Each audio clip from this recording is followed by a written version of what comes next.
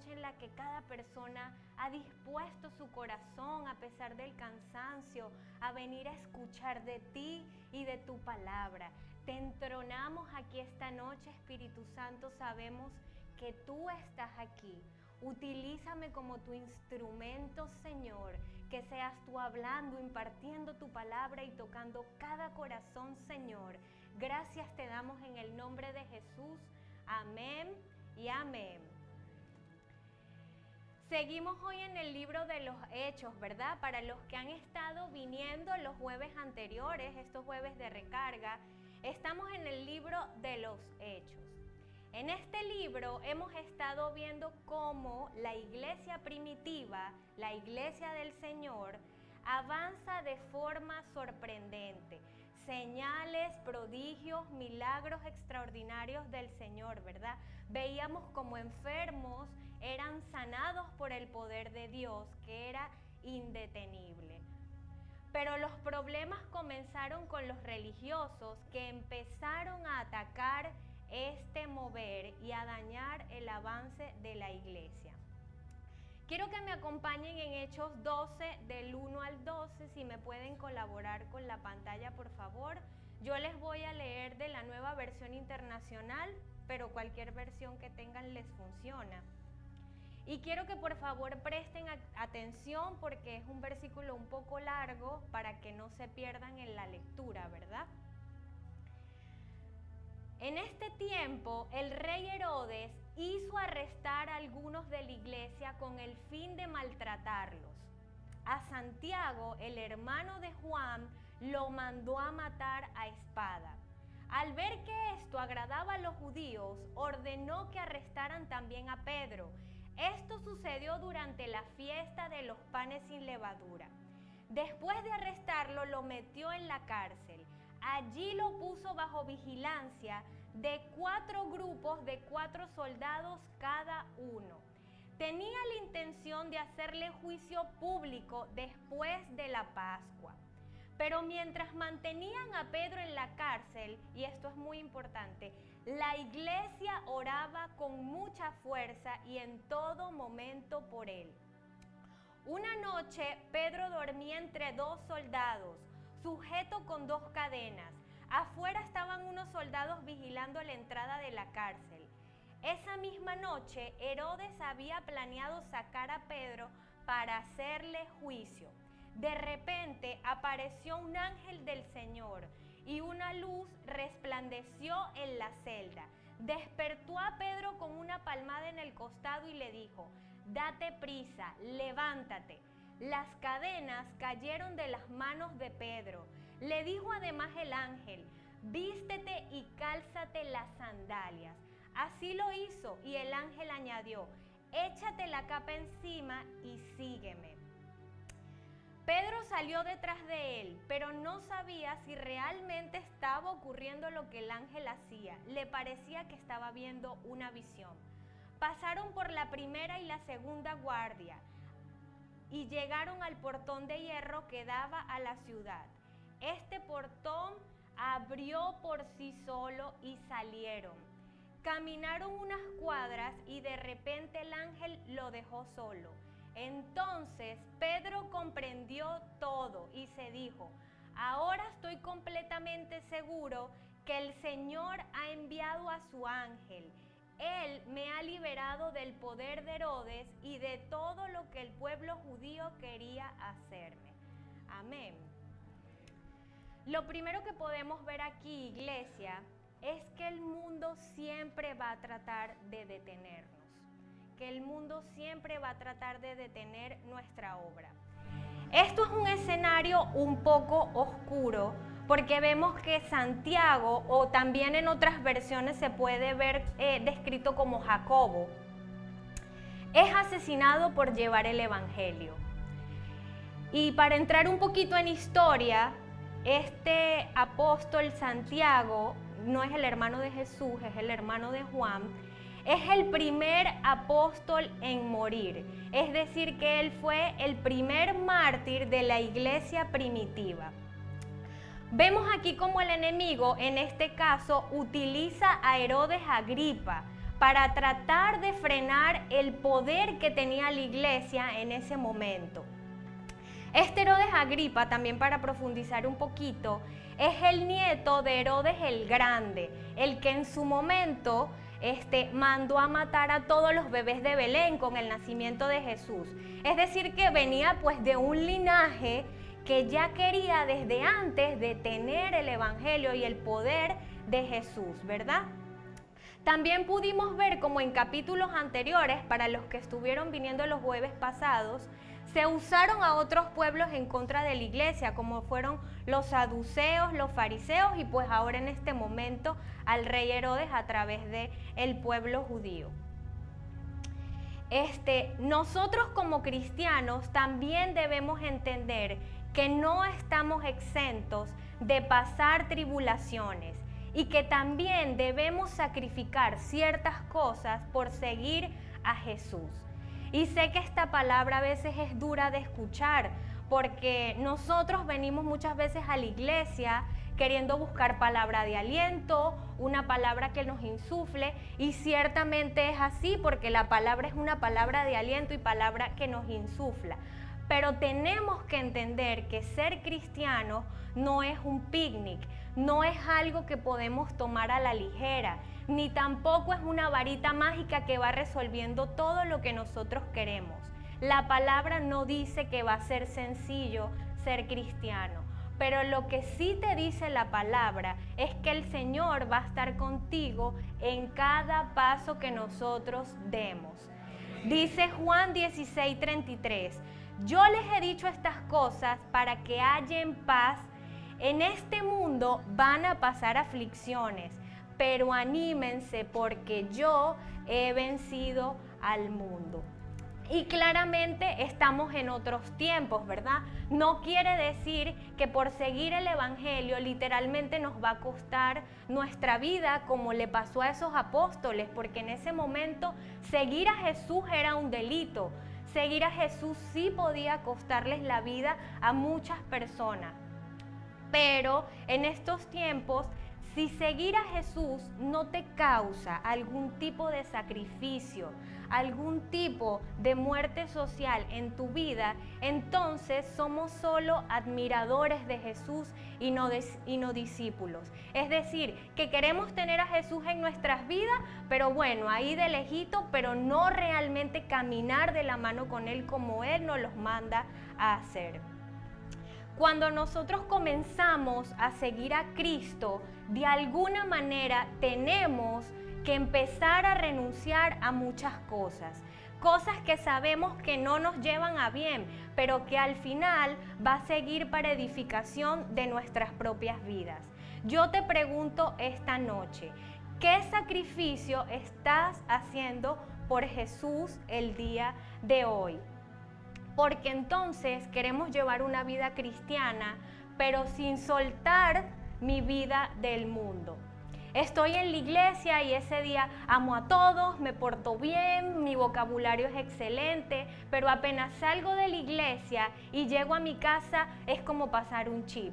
Me vuelvo hostil, me vuelvo una persona amargada, gritona con mi familia, digo groserías, o me cuesta soltar amistades del mundo que critican en lo que estoy creyendo, que critican el evangelio, que sé que no me llevan a bien y siempre me llevan a caer en pecado. No quiero soltar el salir a festejar cada fin de semana, aunque sé que esto me va a llevar a vicios, aunque sé que esto me va a llevar a perdición.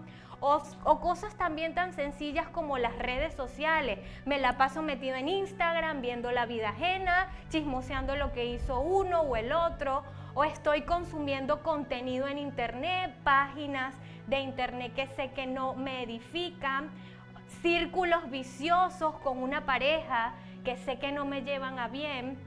Y así vamos, con esas manos llenas, cargando todo lo que debimos soltar y que pertenece al viejo hombre. Y vamos así bien cargados. Y es allí cuando Dios nos dice, bueno, ven y tómame, ¿verdad? Y ¿qué tenemos que hacer para entonces tomar a Jesús?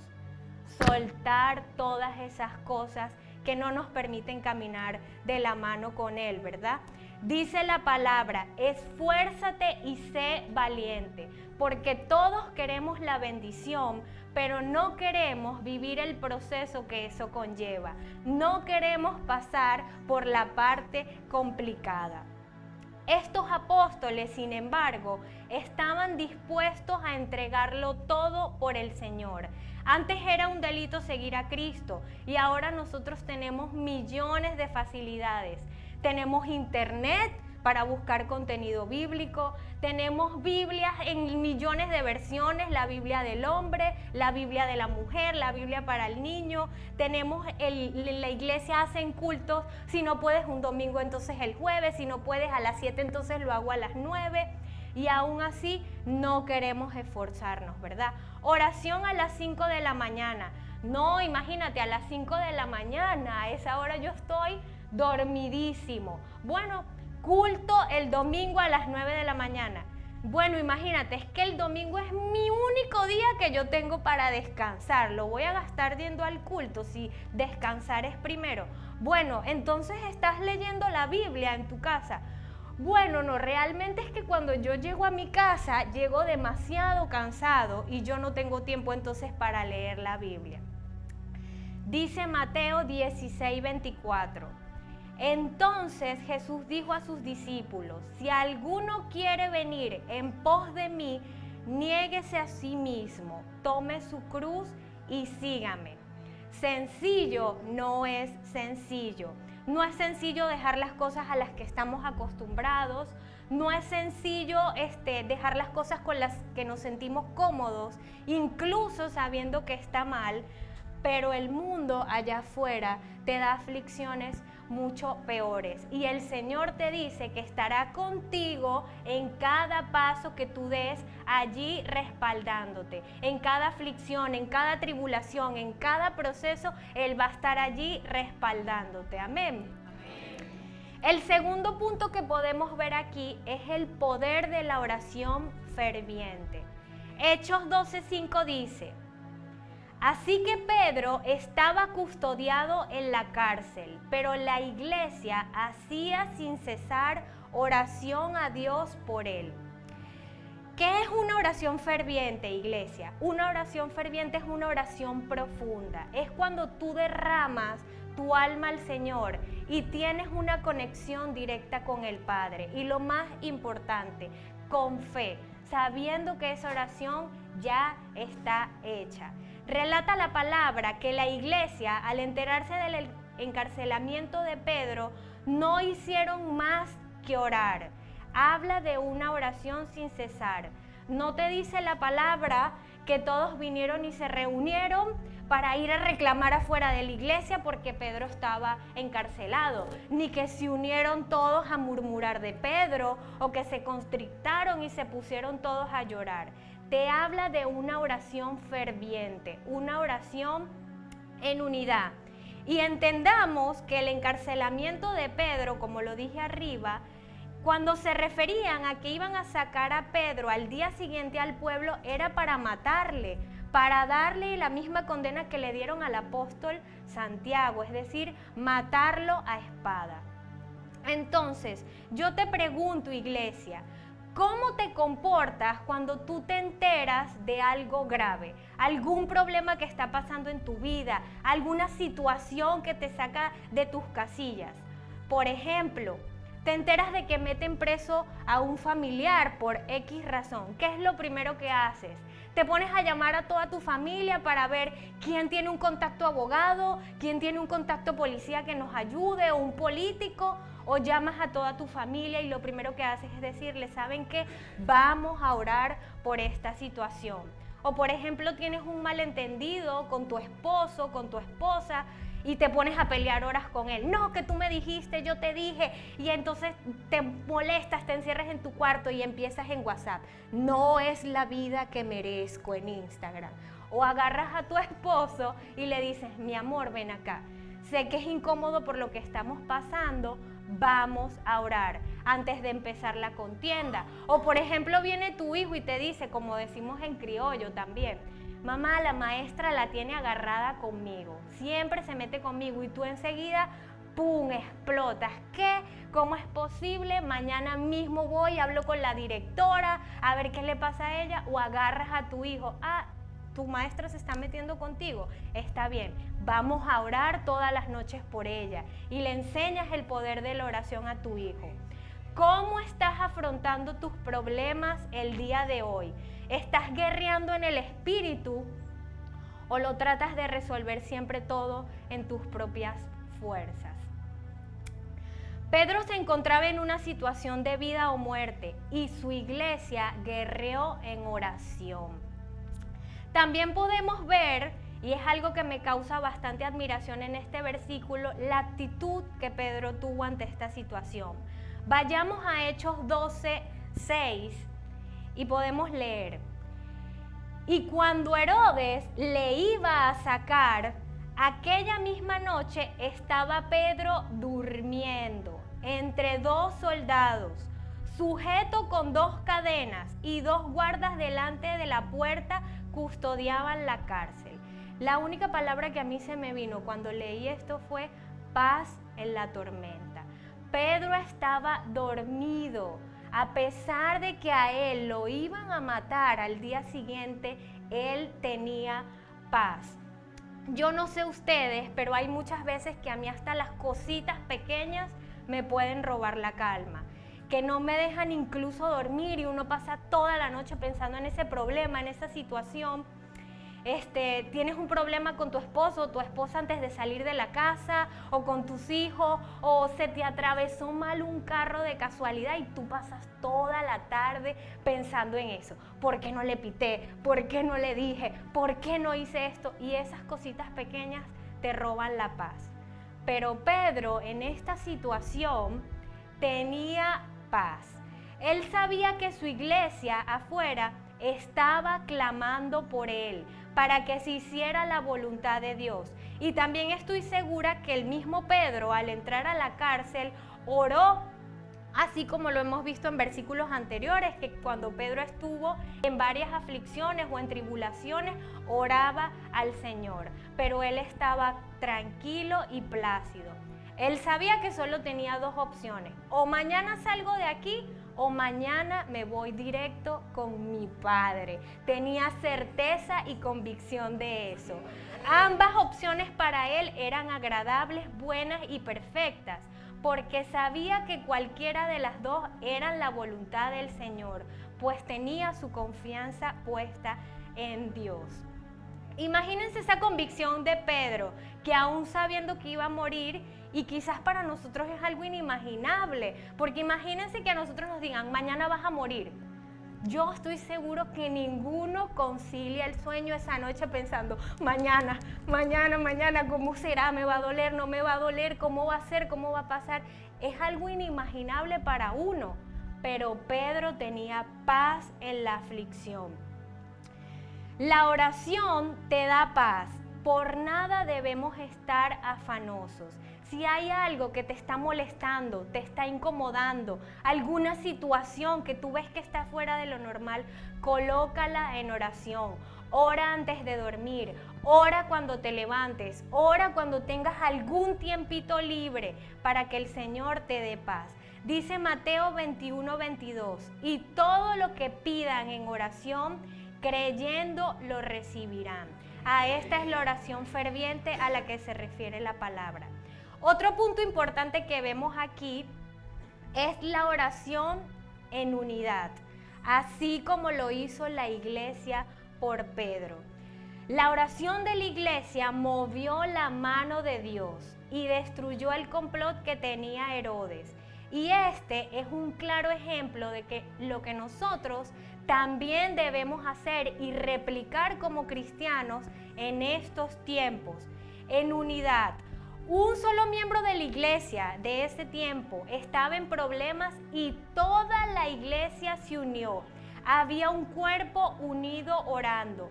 No hubo cadenas que no se pudieran soltar por una iglesia unida en oración.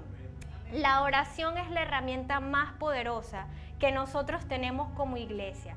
Cuando algo te pase, Antes de ir con un especialista, con un doctor, un abogado, un psiquiatra, un psicólogo, ponlo en las manos del Señor. Aparte de tu oración individual, búscate un grupo de personas que te apoyen en oración. En la iglesia tenemos un grupo poderoso de intercesores, la hermana María y la hermana Lilian. Tenemos un grupo de pastores que cada madrugada se paran a orar por cada uno de nosotros. O búscate un hermano de confianza con el que tú te sientas bien y dile: hermano, estoy pasando por una tribulación, ayúdame en oración. No te avergüences de lo que tú estás pasando el día de hoy, porque Dios no vino a juzgarte. Él no vino a ver por qué problema tú estabas pasando. Él vino a sacarte del foso cenagoso en el que te encuentras, así como lo hizo con Pedro, que a pesar que había 16 guardias, el Señor lo sacó de la cárcel nuevamente. No, pero ¿qué van a decir? ¿Qué dirán si yo digo este problema? Me van a juzgar. Nosotros no vivimos del qué dirán, nosotros vivimos por fe. Y más importante soy yo, amén. Más importante es mi paz, más importante es mi familia, más importante es mi matrimonio, más importante son mis hijos. Entonces usted se dirige a un grupo de oración: ayúdenme en oración porque necesito salir de este foso cenagoso. Amén. Mateo 18:20 dice: porque donde están 2 o 3 congregados en mi nombre, allí estoy yo en medio de eso. Por eso, mis hermanos, cuando alguien tenga una petición de oración, tómenselo en serio, porque esta es una de las armas más poderosas que nosotros tenemos como iglesia, como familia y como cuerpo de Cristo. No simplemente coloquen un amén en el grupo de WhatsApp para salir del paso, para quedar bien. Sí, oración por tal persona. Amén, amén, amén, amén. Yo quiero ver cuántas personas realmente se toman un minuto de su tiempo, se van al baño: Señor, oro por esta persona. Y tenemos que ser, porque no te está viendo el grupo de WhatsApp, te está viendo el Señor. El Señor sí te está viendo. Entonces nos tienen que doler las almas, nos tienen que doler como al Señor le duele cada uno de sus pequeñitos. Entonces cuando el Señor te pide oración por algún hermano, no lo rechaces, hazlo en ese momento.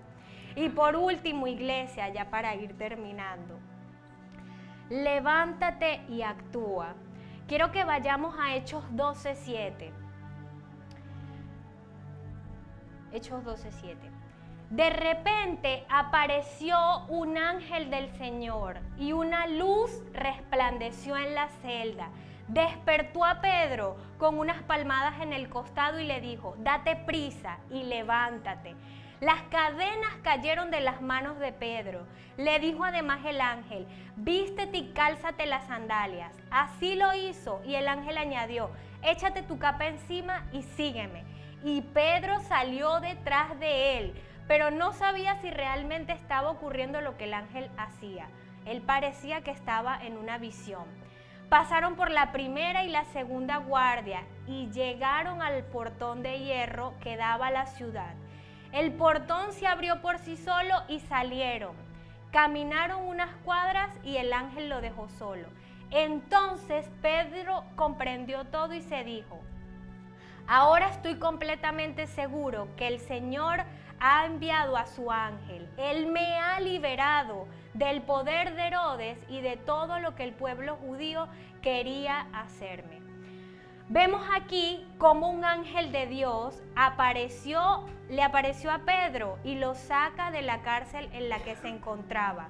El ángel apareció y le dio instrucciones a Pedro, instrucciones precisas: levántate y sígueme. Y Pedro, a pesar de ser el apóstol Pedro, el que estaba pastoreando la iglesia primitiva, obedeció al ángel y siguió las instrucciones que él les decía. Tal vez muchas veces tú has estado orando por circunstancias, por aflicciones, por situaciones, y de repente aparece tu respuesta, pero no nos levantamos y seguimos allí encadenados a nuestro problema.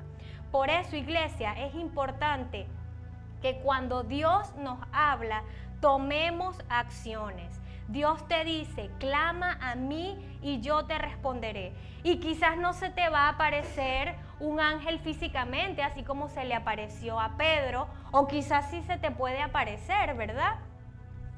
O tal vez la respuesta que tú estás buscando te llega a través de una prédica, de una palabra de un jueves, de una palabra de un domingo, te llega a través de una alabanza o te llega a través de una persona desconocida, porque cuando el Señor te quiere dar una respuesta, pone aún a las piedras a hablar, ¿verdad? Dice su palabra. Dice Santiago 1:22. Pero no accionamos. Nos llega nuestra respuesta, esa respuesta por la que tanto hemos clamado y no accionamos. Vemos a la gente en la iglesia que muchas veces dice, amén, amén, sí, esa palabra es para mí, la tomo en el nombre poderoso de Jesús, pero no han terminado de salir de la iglesia y ya están haciendo todo lo contrario que decía la palabra que acababan de escuchar. No actúan y no ponen en práctica la palabra. Y dice Santiago 1:22, no se contenten solo con oír palabra, pues así se engañan a ustedes mismos. Llévenla a la práctica. Es momento, iglesia, que empecemos a accionar. Dejemos de postergar, dejar para luego, dejar para después. Ahorita no me siento preparado. Es que yo creo que aún no es el momento. Mejor mañana. Creo que hoy no es el día adecuado. Es el momento, iglesia, que empieces a accionar. Si Dios hoy te está entregando una palabra en tu vida, acciónala. Si tú estás buscando una respuesta y el Señor te entrega hoy una palabra de restauración matrimonial, acciónala en tu vida. Si el Señor el día de hoy te está hablando de perdón y tú tienes 3 años con una yuca odiando a una persona, hoy es el día en que tú tienes que perdonar y dejar de postergar. No es para mañana, no es, hoy no me siento preparado para perdonar. Es hoy si tú estás recibiendo esa palabra. Si Dios te dice que hoy te tienes que reconciliar con tu esposo, no lo sigas pensando. No busques la confirmación de la reconfirmación. Actúa, acciona esa palabra. Dios, amén.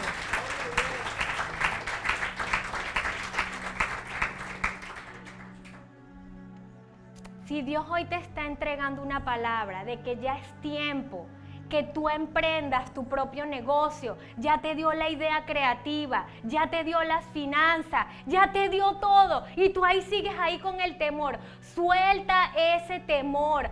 Toma esa palabra para ti y acciónala, llévala a otro nivel. Dejemos de postergar, dejemos de dejar para luego. El día es hoy. Dejemos de ser solamente oidores de la palabra y seamos hacedores de ellas. Dejemos de venir solamente a calentar un asiento cada jueves y cada domingo y empecemos a accionar esa palabra que Dios te está entregando a ti cada día, iglesia. Entonces tú te preguntas, pero es que llevo 3 años viniendo a la iglesia y al hermano veo cómo avanza y le va mejor y el otro hermano también avanza y yo sigo aquí, pero yo vengo todos los días. Empieza a accionar la palabra. Empieza a accionar la palabra. Que no es fácil, ciertamente no es fácil, pero el Señor va a estar allí respaldándote en todo momento y dando la cara por ti. Amén.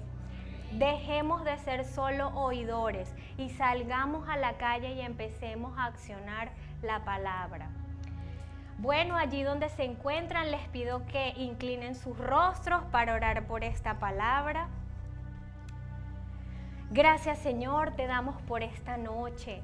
Te pedimos que seas tú tocando esos corazones, Señor, accionando esta palabra, Señor, que acabamos de impartir.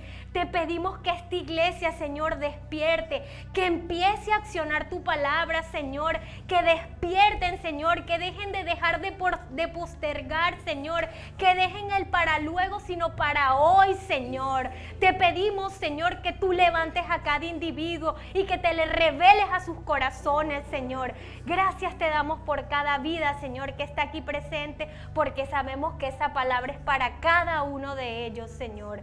Gracias te damos en el nombre poderoso de Jesús. Amén y amén.